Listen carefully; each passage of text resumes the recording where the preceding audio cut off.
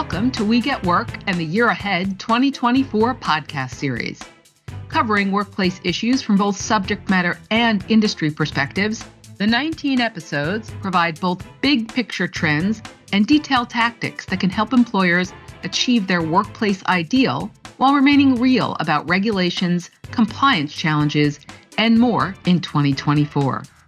Jackson Lewis invites you and others at your organization to experience the report's legislative, regulatory, and litigation insights in full at our website, jacksonlewis.com, or listen to the podcast series on whichever platform you turn to for compelling content.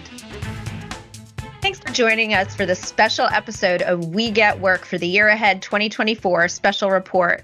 Today, we are talking about OSHA compliance issues on the horizon for enforcement this year. I'm Melanie Paul. I'm co-leader of the Workplace Safety and Health Practice Group at Jackson Lewis in the Atlanta office. And joining me is my co-leader of the practice group, Courtney Malveaux, who is in our Richmond, Virginia office. Today, we're going to be talking about OSHA record-keeping requirements, which have been revised and are now in effect since the first of this year, and also OSHA's new proposed rule on third-party representatives participating in OSHA walk-around inspections. So more to come on that. But let me just dive right into the record-keeping issues with what employers need to know about the revised record-keeping rule. So basically, the electronic record-keeping rule as it stood before 2024 was that employers who had 250 or more employees at a single establishment had to electronically submit their OSHA 300A summary form directly to OSHA.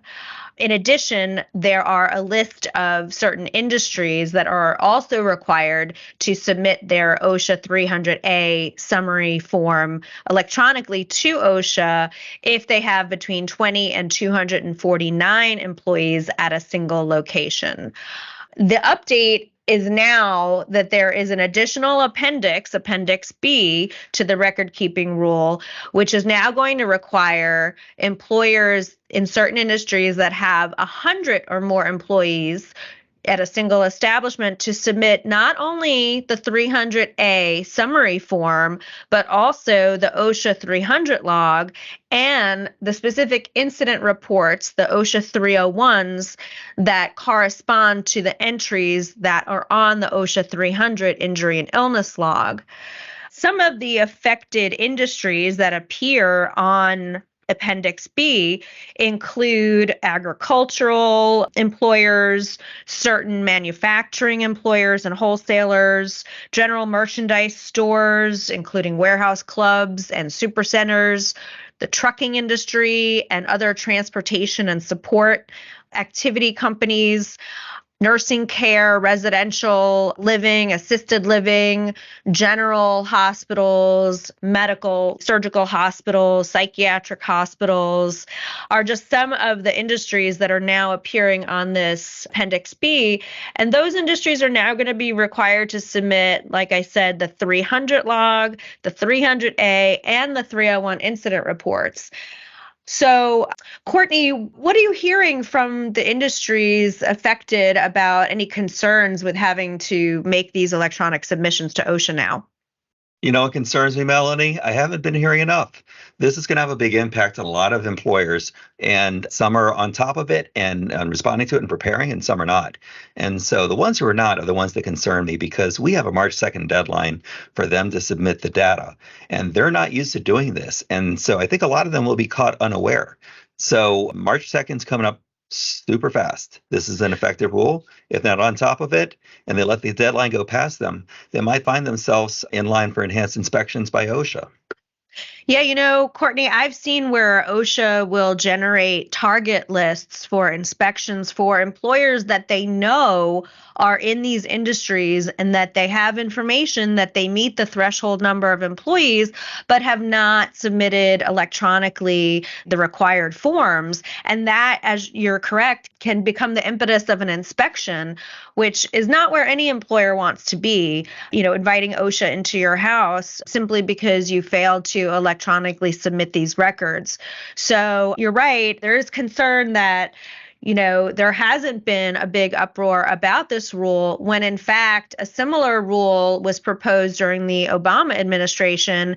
And there was definitely industry challenge in court, in the federal courts, to fight this rule. And, this rule was finalized in 2023, but obviously had a delayed effective date until January 1 of this year. And surprisingly, we just haven't seen any challenges to it. So that just means that there's going to be more enforcement for the agency. One other point that I wanted to raise about this new rule is that employers are now also going to be required to use their legal entity name, not simply putting their DBA or their business name on the 300 logs. And this is going to allow OSHA to have more of that big brother feel and really sort of figure out what businesses are linked to what legal names. So there's certainly going to be more oversight from the government based on that new addition to the rule. But that's the high-level view of the record-keeping update. Another area of concern, though, is OSHA's proposed walk-around rule. So, Courtney, what can you tell us about that? Well, that one is definitely a very contentious rule, and I definitely anticipate that I see legal challenges coming up on this. So just a quick 1-minute history on this. So there's a requirement. OSHA has its own rules for its inspections, and one of them is that the authorized representatives of employees shall be an employee themselves. But there are exceptions to that, and a compliance officer does have leeway to allow a third-party representative like an industrial hygienist or a safety engineer to provide their expertise and assist the employees with the inspection. But now, under the current administration, OSHA is trying to open the door not just to those types of safety professionals, but also to union representatives. And that is even in places of employment where there is no union. And so that's something that's really problematic and frankly alarming to a lot of folks on the employer community. So 2013 is when this all started, and OSHA took a first shot at this by trying to issue an interpretation saying that union representatives could be employee representatives. Well, that got enjoined, and then in 2016, that was thrown out, and so OSHA rescinded the guidance.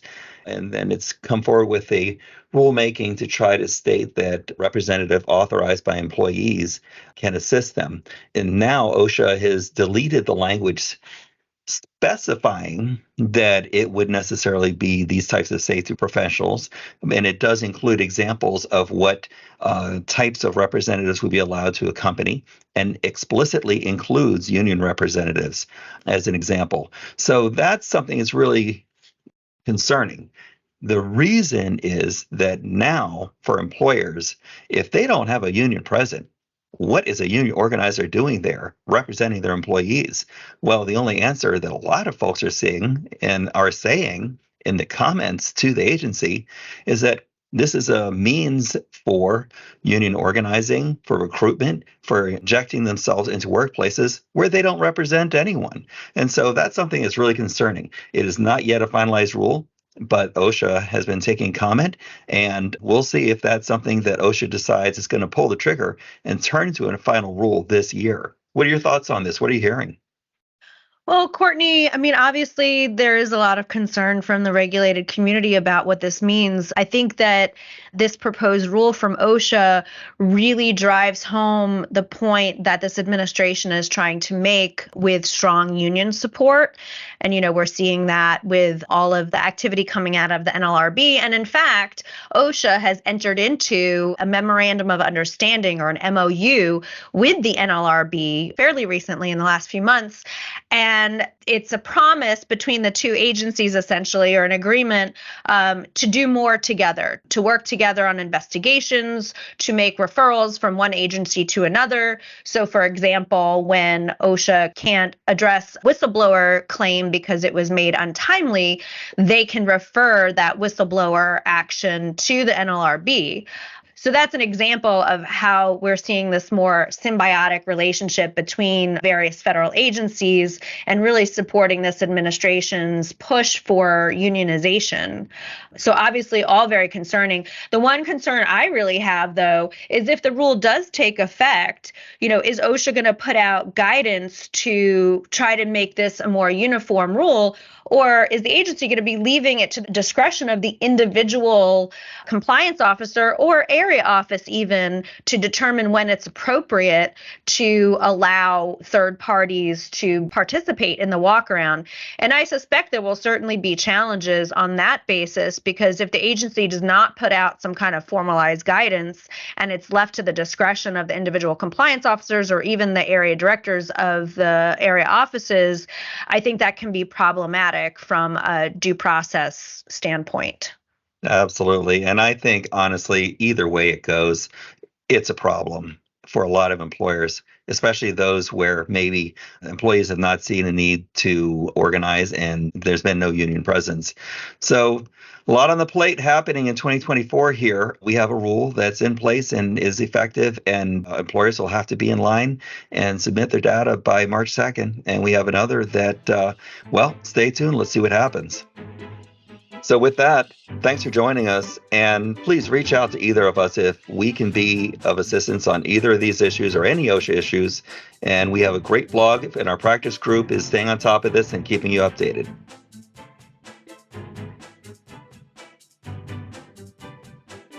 Thank you for joining us for the Year Ahead 2024 Special Edition podcast series.